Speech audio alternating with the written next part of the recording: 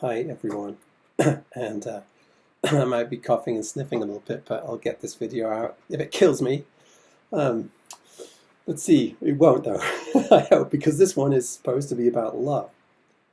And obviously, I'm choosing a very big subject that I just doing a little bit of background research to make this video. I was just noticing how one could and perhaps should teach an entire course on love with respect to the transpersonal. Interesting idea, really. But anyway, it's it's I would say somewhat underrepresented because, like for example, when we talk about meditation, meditation is one of the primary means of access to the transpersonal that we talk about. Often that is a very almost kind of mental idea that it's about silencing the mind, and I think that one could take many different views than that would make it a little bit more rich. Anyway, I wanted this is in part so your practice this week relates very much to this subject of love, and hopefully in the midst of this video that will become clear why. And then that may sort of perhaps enrich your practice, I don't know, as you go through this week. So, the subject of love in mysticism, well, it's a big subject in mysticism, and the word love is used a lot. We should say up front that other languages tend to have a lot more words for love than we do, or they have a lot more words that get translated as love. So from ancient Greece, for example, there's anywhere from 5 to 8 or more words in ancient Greek that get translated into the one word love, and we have to then qualify that definition of love with other words. See what I mean? And so is this like family love? Love, the love between family members, or is this romantic love? We have to match up with these words, but they all collapse into the word love, and the same is true with Arabic, actually. So it's perhaps no accident then that we end up using the word love a lot in reference to or within mysticism. But I think that when one does start to talk about the heart and love, and this happens a lot in Western mysticism, particularly. This happens a lot in Christian mysticism and Islamic mysticism, especially. Then one is straying onto what we would have called, back in the first week of class, the Bhakti path, right? So it's a devotional path to to wherever that is going. And when I say where it's a path, where the path is going, then I feel like I'm restricting it or sort of putting too many limits on it to say where that path is going. To the sort of word union with God, or awareness of the presence of God, or enlightenment, all these words. Anyway, by the way, I'm sort of reading this book. I do feel like there's a fair amount of association between Christian mysticism and Islamic mysticism. I'm reading this book here called The Prayer of the Heart in Christian and Sufi mysticism, and it's a nice little book. I'm not all the way through it, so I've still got a ways to go. But there's a similarity, and then I will start by saying, first of all, there's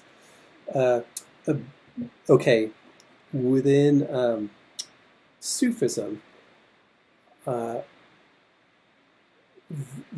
the words that get translated to love are very prevalent, perhaps more prevalent than any other form of mysticism than I currently know about. So, so it's it's a love-based it's mysticism for sure.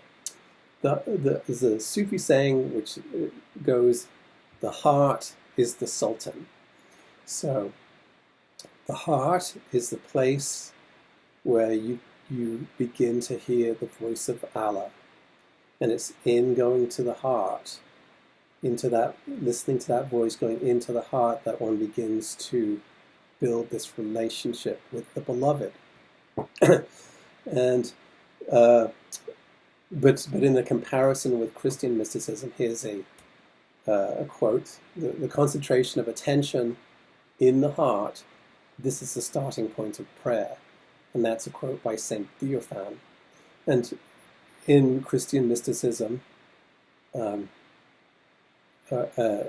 of the Bible that features extensively is the Song of Songs. And so we'll see this later in Islam or in Sufism is the Song of Songs in the Bible, could be interpreted as this kind of secular love poem. Well, Rumi's poems are like that. They could be interpreted as secular love poems. So, and Song of Songs features very extensively throughout Christian mysticism.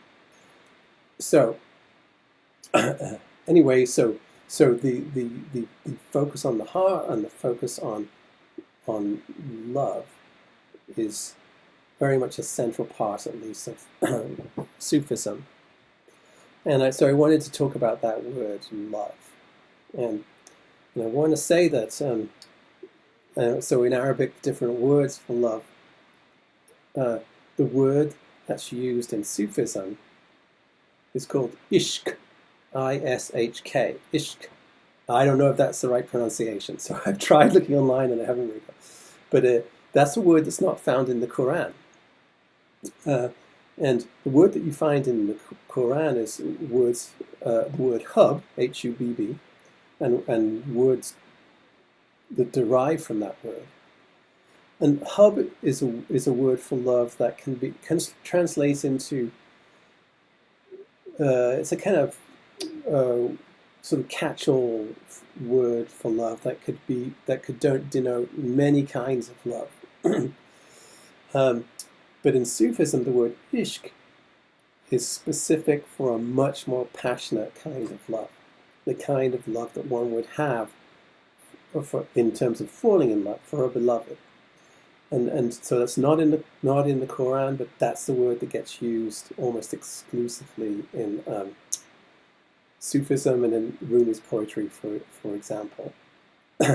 Now, in Sufism, there are different levels of ishq. There's different levels, and but I should say that all levels of ishq are good, right? But there are levels. So the first level is actually translates literally as metaphorical love, and that's described as the love for creation. So the love for God's creation. So if I fall in love with somebody, then that's love for God's creation. They're a creation of God, and so that's the sort of first level of love. The second level of love in Sufism is the love for Muhammad. So Muhammad is set as the sort of example, very close to God. So it's like, if you love someone who's really close to God, then you're on that path. That's level 2. And then level 3 is divine love. And there are Arabic words for these that I can't pronounce, so I'm not going to try. So these 3 levels, but all levels eventually lead to God. So here's a quote from Rumi: "Love is the attribute of God, who has no need of anyone. To be in love with other than him is metaphorical love, and love, be it real or metaphorical, ultimately takes humans to God." I should have said that the divine love is also called real love. So once you've got that love for the divine, that is called real love. So in that sort of quote, Rumi's talking about 2 levels of love, but he's like saying these are all going to lead, or can lead where you want to go, kind of thing. Yeah, here's another quote about the different levels of love, and this is from Rabia of Basra, who was a woman and is definitely one of the founders of Sufism.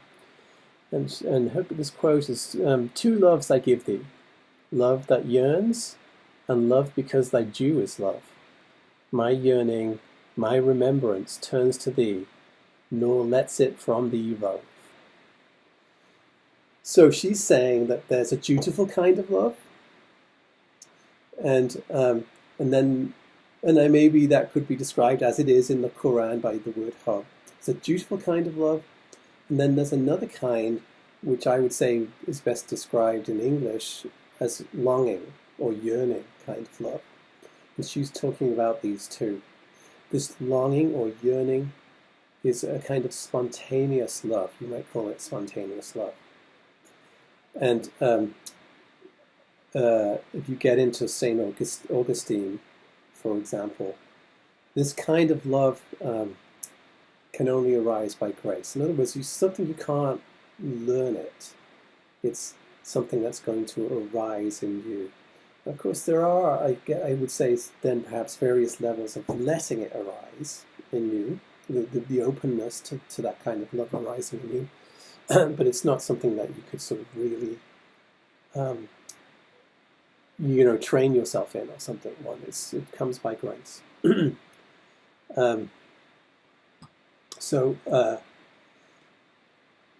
could, and then this is expressed. So that's Saint Augustine's. So Augustine would express the idea, as I just did, by saying that has to come by grace. In Sufism, this comes out of the Quran fairly strongly, that God has this desire to love and be loved.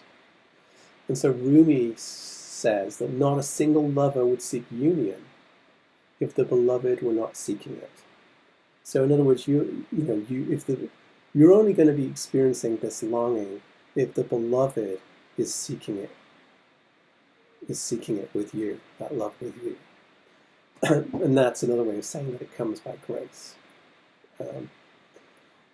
Okay, so how is this kind of love then expressed? And we've all been reading, and the poems of Rumi often get expressed as seemingly a kind of romantic love, like the use of the metaphor of drinking wine, which indicates a kind of spiritual intoxication, an in-loveness, a falling in loveness. And the idea of the lover and the beloved, there's just these very phrases that indicate here's a quote, another Rumi poem. In one sweet moment she burst from my heart. There we sat on the floor drinking ruby wine. Trapped by her beauty, I saw and I touched. My whole face became eyes. All my eyes became hands. Rumi's pretty amazing. Anyway, so it's couched in this almost erotic language of lover and beloved, but this isn't meant as being literal, right? All of these poems are fingers pointing at the moon. They're trying to point beyond themselves to this experience that Rumi's having. So within Sufism, I think it's fair to say, and with all of these poems, these sort of ecstatic poems, there's one story which is the soul's search for the beloved. And this kind of reiterates this thing that we've come across before, the sense of the healing of separation. Remember, we talked about the original meaning of the word religion, which is equivalent to the word yoga, which means union. And the original meaning, religare, of religion, meaning to bind together. It's the joining of that which has been torn asunder. And that comes in Jewish mysticism as well. And so there's this idea that in arriving here into this life, one gets torn away from one's source, essentially. One gets into a false kind of separation from one's source. And that therefore there's a reunion that's necessary. You have to rediscover, remember the beloved, and remember the source, your source. And so this is all about that idea. It seems to occur across all traditions, really. So a distinction between the Quran and Sufism, and many of these distinctions are kind of subtle, but in the Quran, love is definitely mentioned as an attribute of God, amongst many other attributes. But in Sufism, love is the most important attribute of God. The others are all, not so emphasized. Okay, so in Sufism, there's much more emphasis on this aspect of God that involves love, and but there's a somewhat of an issue, and I indicated that in the email, between love as an attribute of God and love as saying that's what God is. Now, Rumi doesn't think you can limit God to conceptual things, and so what he does is he characterizes love as the path to God. So the way to know God is via the path of love. Okay, but he's not going to limit God to a conceptual word. And so there's a beautiful little poem here I'll read you that really describes this. So he's talking about words. All of these are symbols. I mean that the other world keeps coming into this world, like cream hidden in the soul of milk. No place keeps coming into this place, like intellect concealed in blood and skin. The traceless keeps entering into traces. And from beyond the intellect, beautiful love comes dragging its skirts, a cup of wine in its hand. And from beyond love, that indescribable one, who can only be called that, keeps coming. So he takes it deeper and deeper, all the way to love that comes dragging its skirts with a cup of hand. But beyond that is this indescribable one, who can only be called that. I just think that's a beautiful little poem. Anyway, but I wanted to comment here that it's like, what is love really? So it's like, it's one of those words that it's like you couldn't really pin it down, right? So it's like, it's a word that we use it extensively, and in this sphere it gets used extensively. Everyday life it gets used extensively. But what is it really? It's like, it's one of those words that you can't really pin it down, right? It's like you have to know, you have to experience it to even know what it is, or have any idea of what it is. So, and that's true, of course, of a lot of things, but especially with love. And so it's like, it's in terms of a concept, I don't know, maybe we hold an idea. The danger is that we hold an idea in our mind when we use the word love. But really, love is something that is, it seems to me, indicates something that is beyond the conceptual. And that's where I might start to differ a little bit with Rumi there. So in other words, we can't pin this thing down. And it's the same with the word beauty, actually.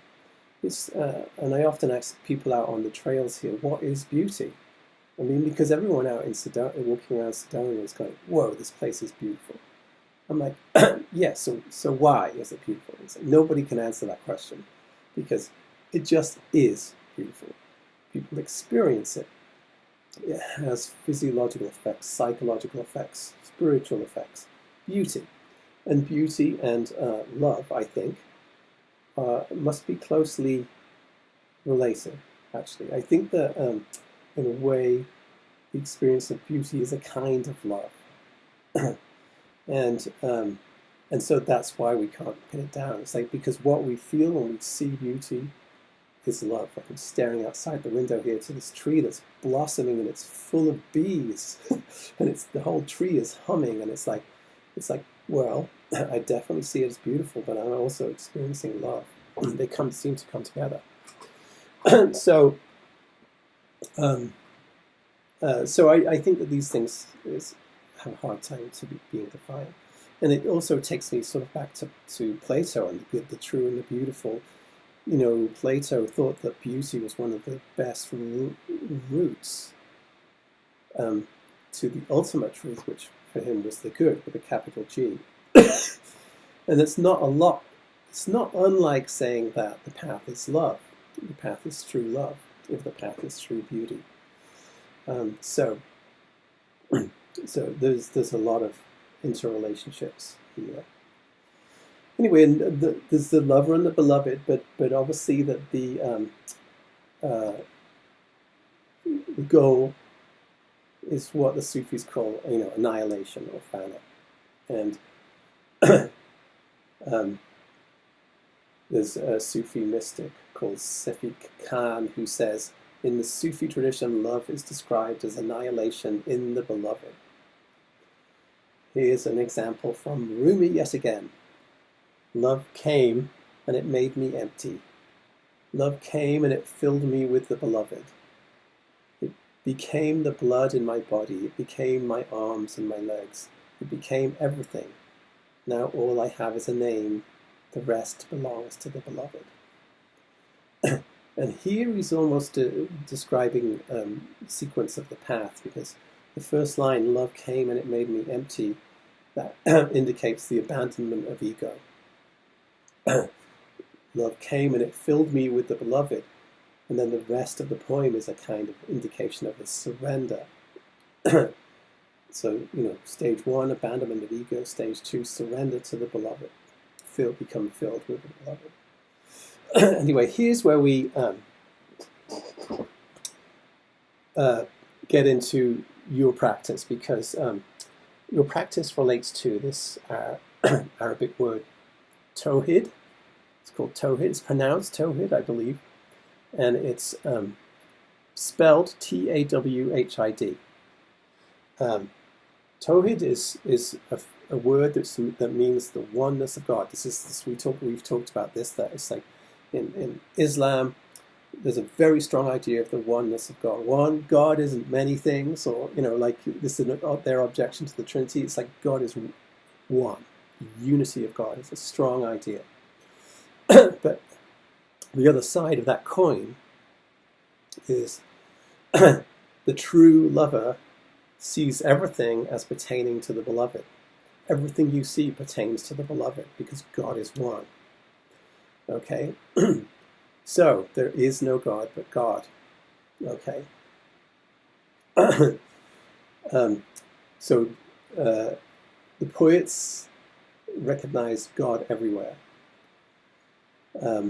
There's a quote from the Quran, wheresoever ye turn, there is the face of God. So, following the path of love, one reaches this point where everywhere you turn, you see the face of God. The path of love leads you to this place where everywhere you turn you see the face of God, which also means the beloved, right? So you're experiencing that love, the ishq, everywhere, divine love everywhere. Here is another quote from Rumi. The glass is all and the wine is naught. Or, the glass is naught and the wine is all. But the vocabulary of religion concludes the realization that all that is He indeed, soul and loved one and heart and soul and loved one and heart and creed. So I think that in this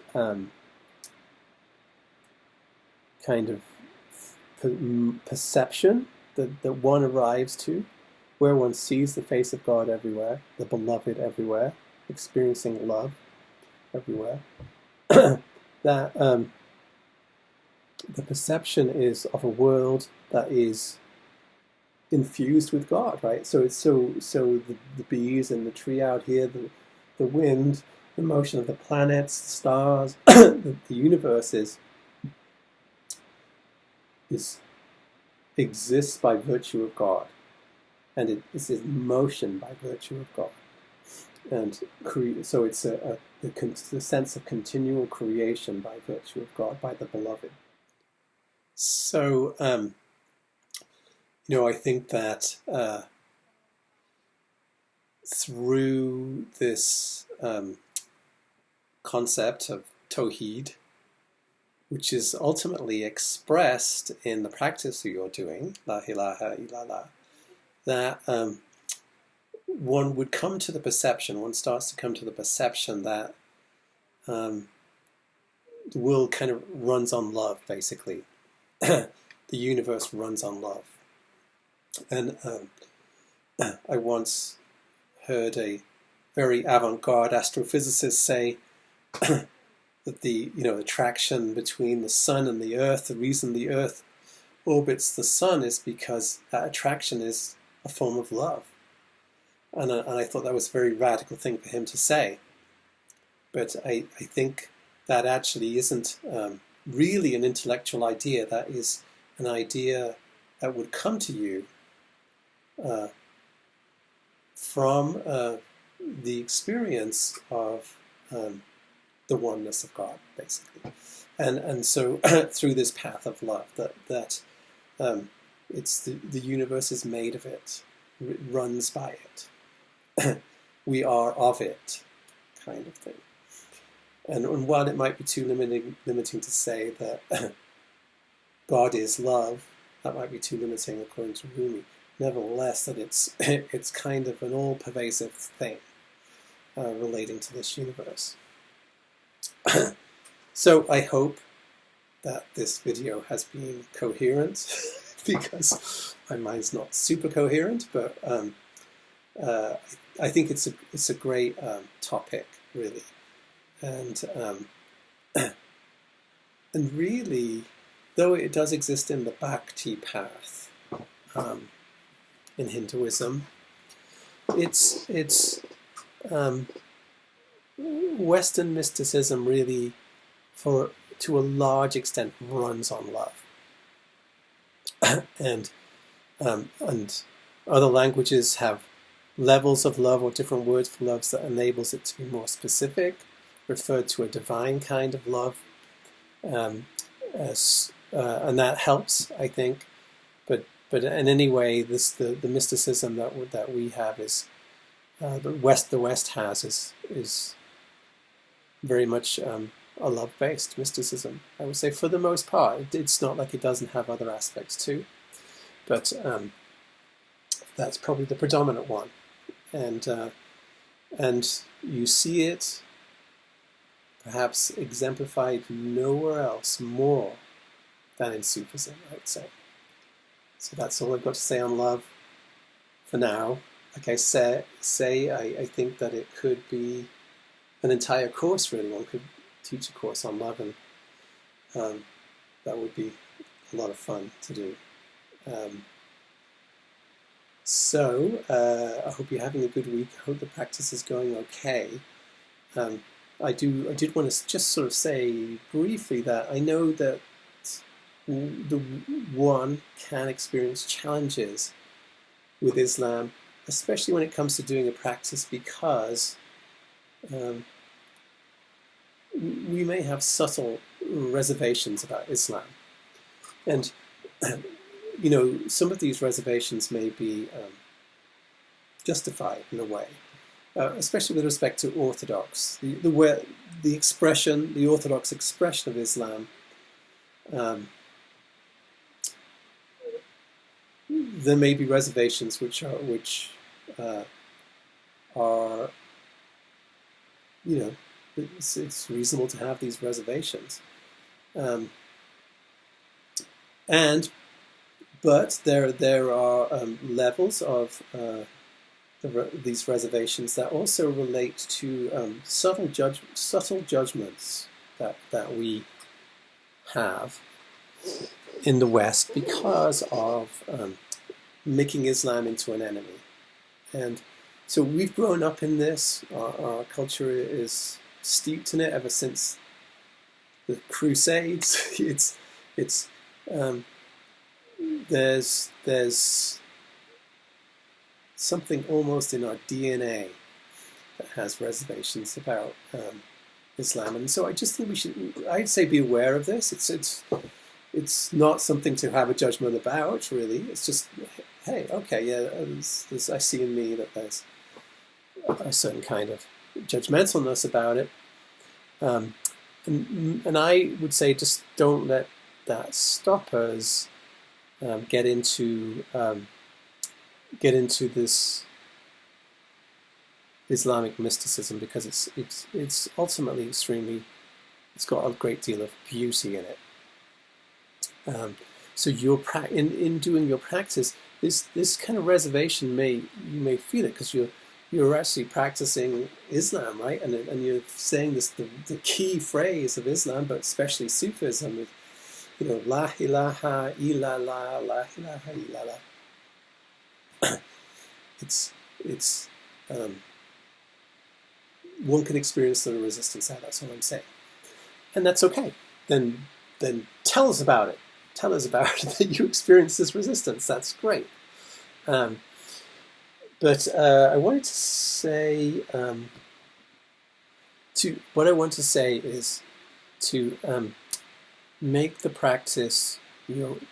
So I think one solution to this would be to make the practice your own. Now, the videos that I shared, you know, have these sort of groups of guys in circles doing this, and it's possibly a little male, you know, and kind of expressing a kind of fervor that might have a male aspect to it, and so that is a legitimate thing to notice. But then, okay, is it possible to do this practice in a feminine way? Is it possible to do this practice in a soft way that doesn't do that? Is it possible to do this practice in a devotional, gentle devotional way? So that's, I'm just suggesting that then you could make this practice your own. You don't have to do it in that way. That's all I'm saying. So